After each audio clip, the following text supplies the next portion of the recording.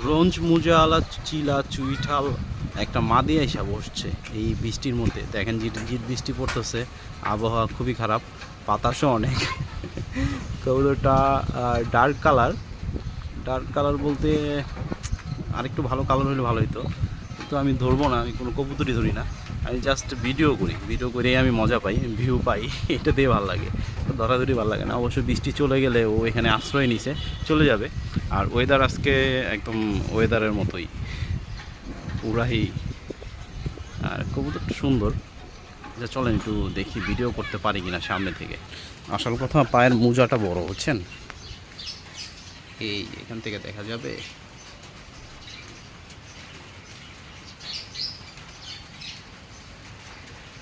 চলেন দেখি ধরতে পারি কিনা, উড়াও দিব অবশ্য।